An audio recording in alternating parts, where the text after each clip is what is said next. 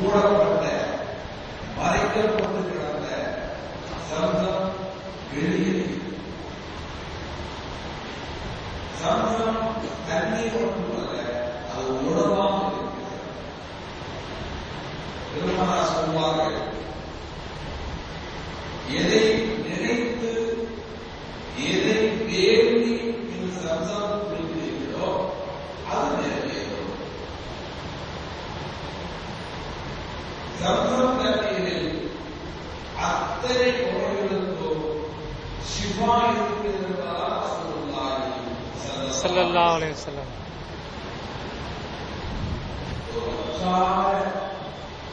காலகாலமாக எத்தனை கோடி மக்கள் அன்றைக்கு சென்றாலும், எத்தனை குறிப்பாக்களாக எடுத்து வந்தாலும் குறையாத, அதனுடைய தன்மை மாறாத, வருடக்கணக்கில் வைத்திருந்தால் கெட்டு போகாத ஒரு நோய் நிவாரணியாக ரப்புல் ஆலமீன் அந்த சம்சம் நீரை மாற்றுகிறது.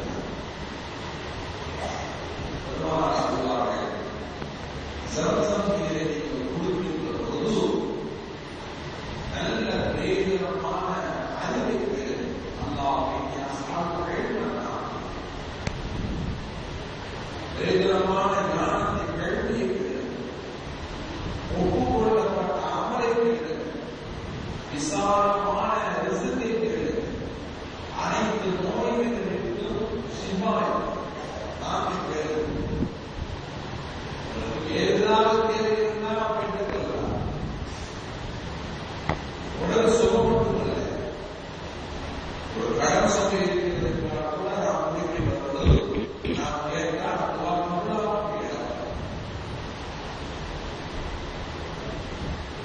அத்தனை சிறப்பு வாய்ந்த சமூகமுடைய நீர் ஊற்றுகின்ற இடமாக நம்முடைய இறையில் நாம் காணப்படலாம். எந்த பறவைகளும் நேராக பார்க்காத ஒரு சுவாமிதான் எவ்வளவு அதிவேகத்து பார்க்கக்கூடிய பறவைகளாக இருந்தால் அதிலே பல அத்தாட்சிகளுக்கு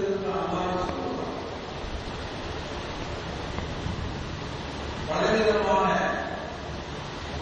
கருவிகளுடைய விசாரத்திற்கு ஏற்றமாக அந்த கடமை நமக்கு ஆகின்ற பொழுது காலம் தாழ்ந்தால் நிறைவேற்றுவது நம் கடமை. அச்சிருப்பது கடைசி கடமை. எனவே கடைசி காலத்தில் செஞ்ச பாவத்தையெல்லாம் மொத்தமாக கொடுத்து நம்ம வந்துடணும், அப்பதான் கடமை அப்படின்னு அருமையை அடைந்திருக்கார். புத்தி சுவாலையோடு இருக்குமையானால், உடல் ஆற்றல் இருக்குமையானால், பொருளாதார வசதி இருக்குமையானால், அந்த வயதில் வந்ததற்கு புத்தியுடைய அந்த மனிதனுக்கு கட்டாயம் கடமையாக அச்சு கடமை என்று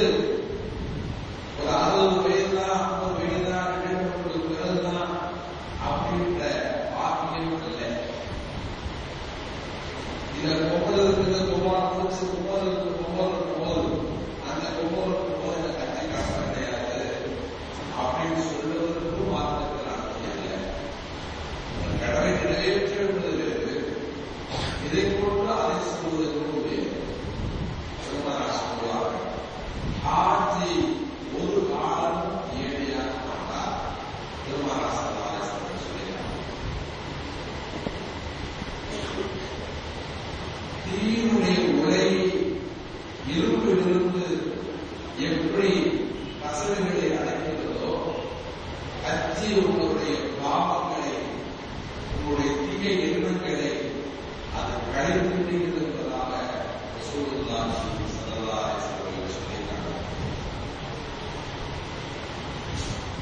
நான் எல்லாத்தையும் நரகத்தை விட்டு காப்பாற்றத்தான் வந்திருக்கிறேன், அல்லாஹ்வுடைய கோபத்தை விட்டு காப்பாற்றத்தான் வந்திருக்கிறேன், அல்லாஹ்வுடைய தண்டனை விட்டு காப்பாற்றத்தான் வந்திருக்கிறேன். எரிகின்ற விளக்கிலே மின்னல் பூச்சிகள் உழுது மாய்த்துக் கொள்வதை போல் நீங்கள் மாய்த்துக் கொள்ளாமல் உங்களை காப்பாற்ற வந்திருக்கிறேன் என்று என்னை பெருமானார் ஸல்லல்லாஹு அலைஹி வஸல்லம் சொன்னார்கள். அதற்கான சொல்களை மட்டுமல்ல, கல்வியை மட்டுமல்ல, வாழ்நாளையே அர்ப்பணம் செய்தார்கள். யாராயிருந்தால் முக்மீனா மரணிக்க வேண்டும், முஸ்லிமாக மரணிக்க வேண்டும் என்று நான் சொல்லி அவருடைய படத்தை, அவருடைய ருசியை தன்னுடைய தோழர்களுக்கு ஊட்டினார்கள். எனவேதான் இறுதி நேரத்திலே 1,24,000 சஹாபாக்களுக்கு மத்தியில் பெருமானார் ஸல்லல்லாஹு அலைஹி வஸல்லம் இறுதி நேரத்தை உரையாற்றிய போது 10,000 சஹாபாக்களுக்கு 1,14,000 சஹாபாக்களுடைய குதிரை எங்கு தூக்கியதோ அந்த பக்கத்தில் சென்று தீமையை பரப்பி அத்தனை பேரையும் முன்னீனாக்கி சொற்கொள்வதற்கு ஆகினார்கள். அப்படிப்பட்ட பெருமானார் சொல்கிறார்கள், யார் ஒருவருக்கு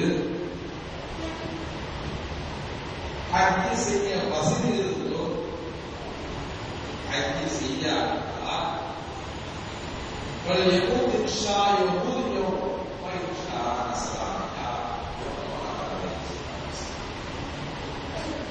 நாடினால் அவன் தூதனாக சென்று பணியிடும், நாடினால் ஒரு கிறிஸ்தவராக நசராணியாக அவர் வாழ்த்துக் கொண்டிருக்கிற ரசூலுல்லாஹி ஸல்லல்லாஹு அலைஹி வஸல்லம்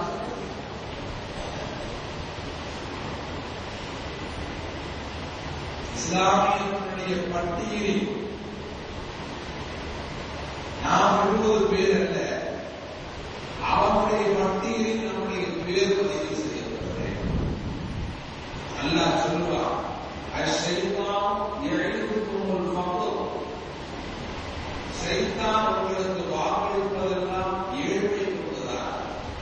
ஒரு படத்தை செலவழிச்சீங்கன்னா அவங்க சொல்றாங்க, நான் அதாவது போனேன்னா என்னத்துக்கு ஆகும், நான் வேற என்ன, நான் குடும்பத்தை ஆரம்பிக்கிறேன், அதை உரையாடல் செலவுக்கு என்று வறுமையில் கொண்டுதான் செய்தான் உங்களுக்கு உபதேசிப்பார், வாக்களிப்பார் என்று அல்லாஹ் சொல்கிறார்.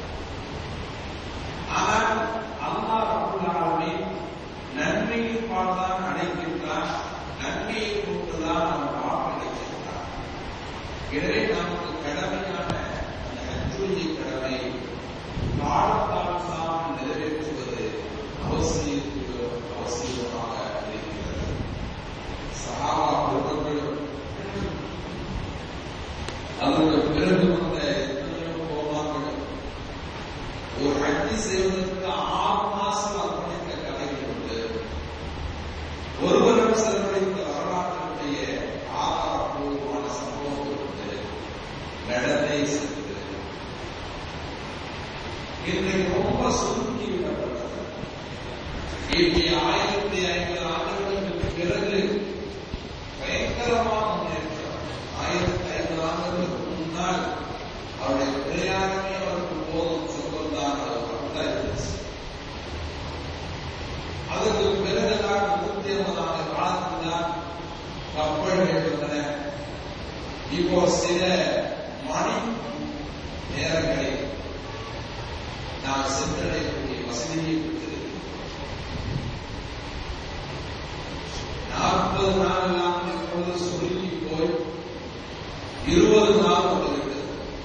அப்படி சாப்பிடுவார் வியாபாரிகளுக்கு 20 நாள் சாப்பிடும். ஆனால் பின்னால் அந்த அத்துடைய அமரத்தை 7 மதீனாவுடைய பின்னால்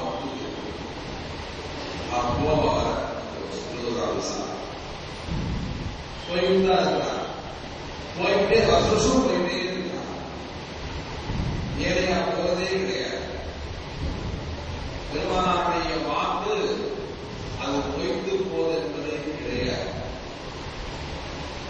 போனவர்கள் அது நீண்டும் போக வேண்டும் என்ற ஆர்வம் துணிந்து சிறப்பிடித்து நம்மை அர்ப்பணித்து அங்கே சென்று பார்த்தால்தான் அங்கே விளங்கக்கூடிய விஷயமாக தான கண்போடு அல்ல, ஒவ்வொரு நிலைமையிலும் ஒவ்வொரு மாதத்திலும் பார்க்கின்ற நிலைகளை பார்க்கலாம்.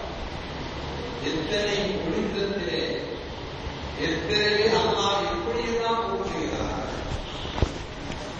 தமிழிலே இந்தியா இடத்திலே மொழி அத்தனை குடும்பாசிகள் அத்தனை மொழி அல்லாஹ் கூறுகிறார். அவர் உலகனாக அடைந்து அறிகின்ற பொழுது ஒரு சேர ஆடை அணிந்து அதை பார்க்கின்ற காட்சி கண்டுகொள்ளா காட்சியாக. ஹஜ்ஜுக்கு சென்று வந்தவர்களை நாம் வரவேற்பதை விட ஹஜ்ஜுக்கு அனுப்ப செல்வதற்கு சிறந்தது. ஏனென்றால் அந்த ஆடையை உடுத்தி அந்த ஆடையில அந்த ஆடைகளை பரவத ஆடை இருக்காது. சொல்லுகிறோம். ஆனா ஹஜ்ஜுக்கு போகும்போது வெள்ளாப்படையுடைய உடுத்தி அந்த ஆடைகள் செல்கின்றதை நாம் அனுப்புகின்ற பொழுது பலவிதமான மனதிற்கு பல நிகழ்ச்சிகள் வருகிறது. சந்தோஷமும் வருகிறது, வாழ்க்கையுடைய ஞாபகம் வருகிறது. நம்முடைய அவருடைய நினைவுகள் நமக்கு கிடைக்கிறது. நமக்கு ஒரு விதமான நாம் இப்போது போவோம் என்ற ஒரு ஆர்வம் இடத்திலே யாரும் கூட்டப்படாத ஒரு மாநாட்டா என்னுடைய மாநாடு. எந்த அரசியல்வாதியும் சரி, எந்த செல்வாக்குள்ள நாட்டும் சரி, இதை போல் ஒரு மாநாட்டை எவரும் கூட்டிடவும் முடியாது. கூட்டியதா சரித்திரம் இல்லை, இது நடக்க போவதும் இல்லை. குறிப்பிட்ட இடத்திற்குள் குறிப்பிட்ட எத்தனை லட்சம் வந்தாலும் சரி, அத்தனை லட்சத்திற்கு 10,000 பெரிய அல்ல, 10,000 பெரிய நகரம் அல்ல, ஒரு சின்ன கிராமமாக ஒரு நகரம் தான். ஆனால் 10 லட்சம் பேர் 15 லட்சம் பேர் ஒரே நேரத்திலே நின்று வழங்கி நிலக்கூடிய இடம் ஆறு அல்ல, குளம் அல்ல. ஆனால் தண்ணி வசதி இருக்கிறோம். ஒரு நொடி கூட காரணத்திற்காக அல்லாஹ் விசாலமாக இருக்கிறார். அல்லாஹ் சொல்வார், முபாரக் சொல்வார், பரக்கத்தான இடம், அல்லாஹ் போகிறார். என் எதிரில் இருக்கிறதே அது பரக்கத்தான இடம். சென்று பார்த்தால் ஒவ்வொரு நிகழ்ச்சிகளும் தெரியும். ஆளில்லாத 2 கைத்தறிகளோடு செய்யக்கூடிய ஒரு முதியோரையும் பார்க்கலாம், ஒரு இளைஞரையும் நாம் பார்க்கலாம். அந்த முதியோர் அந்த அகலோசுகளை நாம் உத்தரவிட முடியாதா என்று எடுக்கின்ற அந்த முயற்சியும் நாம் பார்க்கலாம். அவர் வருகின்ற பொழுது மக்கள் ஒதுக்கிவிட்டு அவருக்கு வாய்ப்பு கொடுத்தால் அந்த முயற்சி எடுக்கிறார்களா, 2 கை கால் 2 கட்டையோடு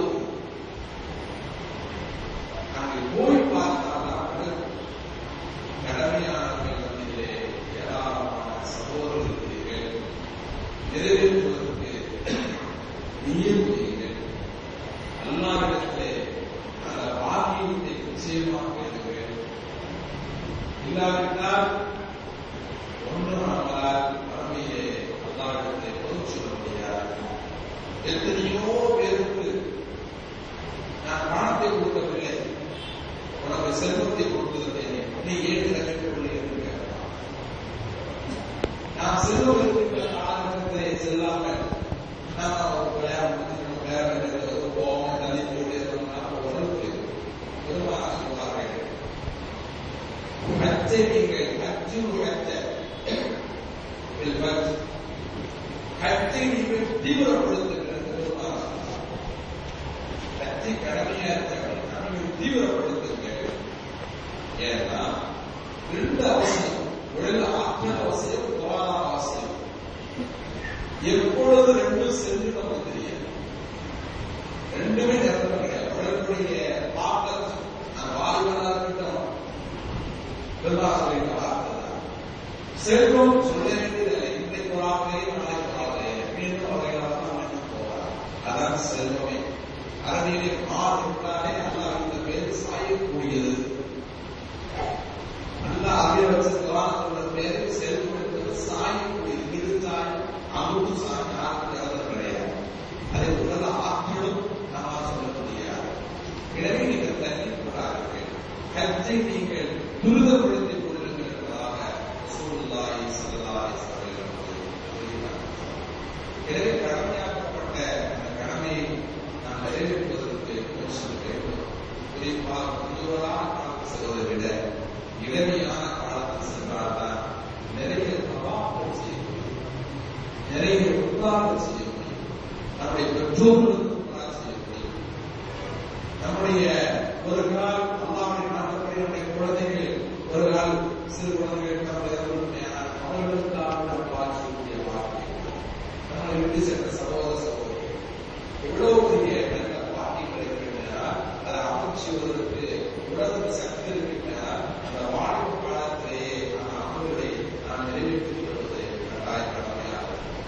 நாம் நீயே வச்சா போதும், யாரெல்லாம் கடமை நிறைவேற்றும் இறைவனுக்காக உன்னுடைய அந்த திரைகளை பிடித்து உன்னிடத்தில் என்னுடைய பாவத்தை சொல்லி மன்றாடி நான் மன்னிப்பு பெற்றவனாக வர வேண்டும். நான் இங்கே சிந்துகின்ற கண்ணீர் அல்ல, அது உன்னுடைய திரையை பிடித்து சிந்துகின்ற ஒவ்வொரு கண்ணீரும் என் பாவத்தை கழுவக்கூடியதாக வேண்டும் என்று நிச்சயம் நாம் கேட்க முடியாது. அல்லாஹ் சுப்ஹானஹு வ தஆலா அந்த துஆவை வீணடிக்க மாட்டார். எல்லாரும் ஆசைப்படுற நம்ம காபத்துல்லாவை காண்பதற்கு ஆசிக்க வேண்டும். அந்த ஆசையை அல்லாஹ்விடத்திலே கேட்க வேண்டும். கேட்டால் கொடுக்கப்படாது. அல்லாஹ் உடலில் பொருளாதாரத்தை கொடுப்பானால் அதற்கு நாம் தயாராகுவது நம்முடைய கடமையாக இருக்கிறது. இன்றைக்கெல்லாம் மலேசியா போன்ற நாடுகளில் எல்லாம் மாப்பிளை கேட்கின்ற பொழுது மாப்பிளை அஜித்து பெறாத கேட்கிறார். அப்படி மாப்பிளை அஜித்து இருக்கிறார். அப்பெல்லாம் அன்னைக்கு அப்படி கேட்கவே கிடையாது. மாப்பிளை ராணுவத்தை மாப்பிளை கேட்க கிடையாது. பொதுவாக கூட கேட்க கிடையாது. அதை என்ன படிச்சிருக்காரு? அரசு உண்மையா போதும், இறந்தா சாப்பிடவுங்களா போதும். அது என்ன தகுதி இருக்கும் மாப்பிளைக்கு நமக்கு அப்படின்னா எத்தனை அடிச்சு இருக்காரு. ஏனென்றால் போக போக வர வர அந்த இடம் பிரச்சனை பரிசுத்தப்படுத்திக் கொண்டே இருக்கிறது என்பதைத்தான் அதனுடைய அப்பாக்களை காணப்படுகிறது. எனவே நாம் நல்லதொரு நீயத்துகளை வைக்க வேண்டும். நல்லதற்கான அத்தனை மக்களுக்கு என்னுடைய வாக்கியது ஒருவரோடு அந்த கட்சி சுவாசம் காணப்பட்டாரா, கட்சி மசூதாரா